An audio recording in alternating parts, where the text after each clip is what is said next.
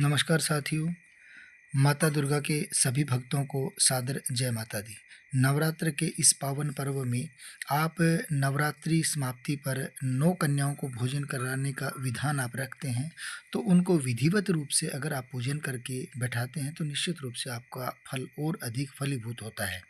साथियों, ध्यान दें कि नवरात्र के इस पावन पर्व में जब हम 9 कन्याओं को भोजन कराते हैं तो उसमें विशेष रूप से कुछ बातें ध्यान रखने की होती हैं, जिसमें हम यूँ कह दें कि 9 कन्याओं को अपने पास बैठाना और उसके साथ-साथ एक लड़के को भी साथ बैठाना चाहिए।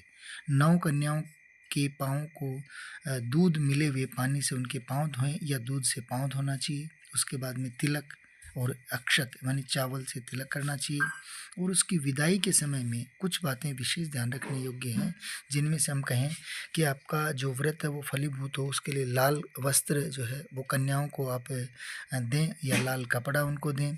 श्रृंगार का माता के श्रृंगार का सामान आप उनको दें। इसके साथ-साथ पैसे तो खूब देते हैं, लेकिन सिक्का ज़रूर आप उस बच्चे को दें, उस माता के रूप को दें और साथ ही साथ आप खिलौने भी आप उनको दे सकते हैं या फिर पढ़ने की सामग्री आप उनको ज़रूर दें। अगर विधिवत से पूजन करने के बाद में अगर आप इनको देते हैं तो निश्चित रूप से आपको 100% फ़ायदा होता है।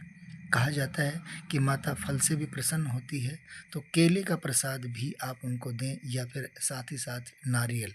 ये प्रसाद अगर आप उन कन्याओं को देते हैं और उनका मन प्रसन्नचित्त होकर के आपके घर से जाता है तो बहुत आपको सफलता मिलती है।